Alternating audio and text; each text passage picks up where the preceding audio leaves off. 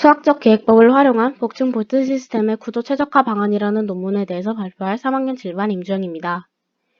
이 논문에서는 복층 볼트 천장 구조의 최적화라는 목표를 달성하기 위해 수학적 모델링으로 문제를 분석하고 이를 프로그래머화했습니다.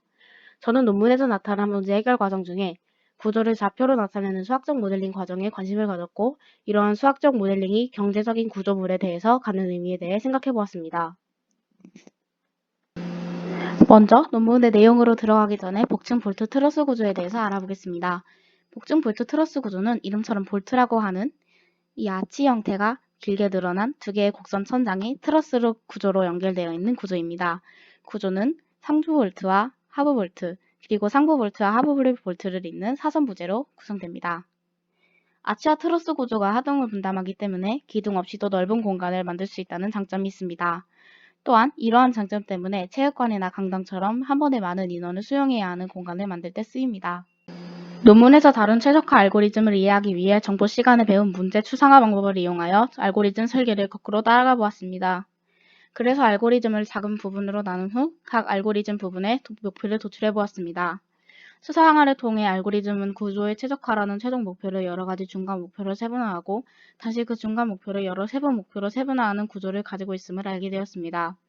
저는 중간 목표 중에 구조물의 기본 요소를 수학적 모델링으로 수치화하는 과정에 주목하였습니다.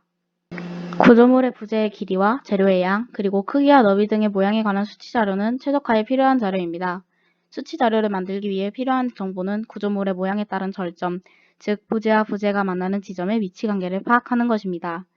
이를 파악하기 위해 논문에서는 구조물을 좌표 공간 안에 위치시키고 좌표를 변수를 대입하여 구할 수 있도록 일종의 함수로 바꾸는 과정을 거칩니다. 저는 논문에서 매개변수를 이용하여 x, y, z의 좌표를 표현한 식을 이해하는 것이 어려웠고, 따라서 저는 구조물의 단면이 반원 모양이라는 점에서 고급 수학에서 배웠던 극좌표를 도입하여 절점의 위치를 표현하였습니다.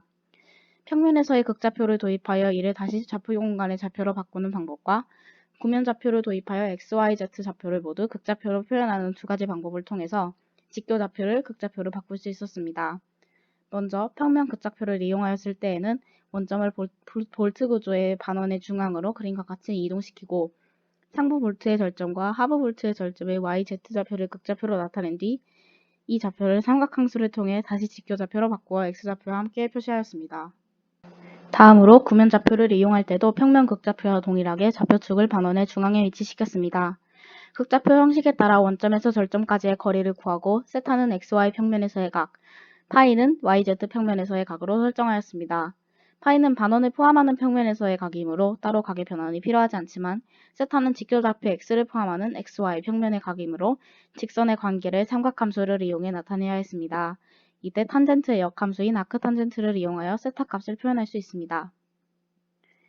논문에서는 이 좌표 공간 속의 절점의 좌표값을 이용하여 필요한 재료의 개수와 절점에 작용하는 하중을 계산하고 이 자료들을 이용하여 최적화 프로그램을 만들었습니다.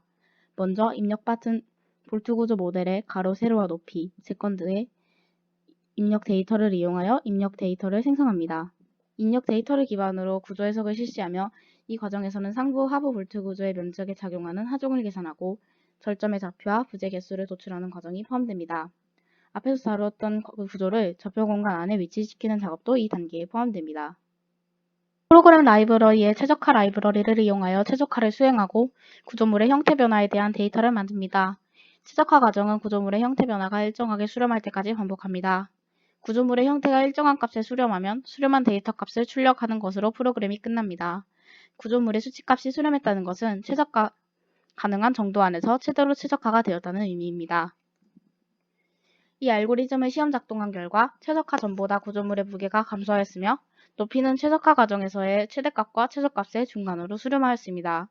또한 하부 구조의 크기가 크게 나타나는데 이는 무게중심이 낮게 위치할수록 구조물의 복원력이 커져서 안정적이라는 점을 반영하였음을 나타냅니다. 이에 따라서 저는 경제적인 구조의 의미를 하중을 안정적으로 부담하여 본래의 역할을 수행하는 구조 중에 재료와 중량이 가장 적어서 비용을 최소로 줄이는 구조라고 결론지었습니다. 수학적 모델링은 직접 지어보지 않고도 구조의 장점과 취약점을 수학적으로 파악하여 더 나은 구조물을 만드는 기반이 된다는 점에서 그 의미가 있습니다. 시행착오 과정에서 시공이나 모형이 필요 없다는 것은 비용과 시간을 절약한다는 의미와 같기 때문에 비정형 건축물, 예를 들어서 DDP나 경기장과 같은 기하학적으로 증명이 필요한 건축물에서 쓰이기도 합니다. 이 논문에서는 대형 건물에 많이 쓰이는 복층 볼트 천장에 최적화된 모델을 찾기 위해서 수학적 모델링을 사용했습니다. 이 과정에서 수학적 모델링은 프로그래밍을 이용해 구조로서 가능한 많은 경우의 수를 비교하여 가장 효율적인 구조를 단시간 내에 찾을 수 있도록 돕는 역할을 하였습니다. 수학적 모델링을 이용해서 구조물의 경제성뿐만 아니라 설계와 시공 과정에서의 경제성도 보장할 수 있었는데, 경제성에 대해서 수학적 모델링은 대형 건축물을 시공하는 데 드는 시행착오 과정에서의 비용과 시공 후에 있을 수 있는 잠재적 위험을 사전에 방지할 수 있다는 의미가 있습니다. 발표를 들어주셔서 감사합니다.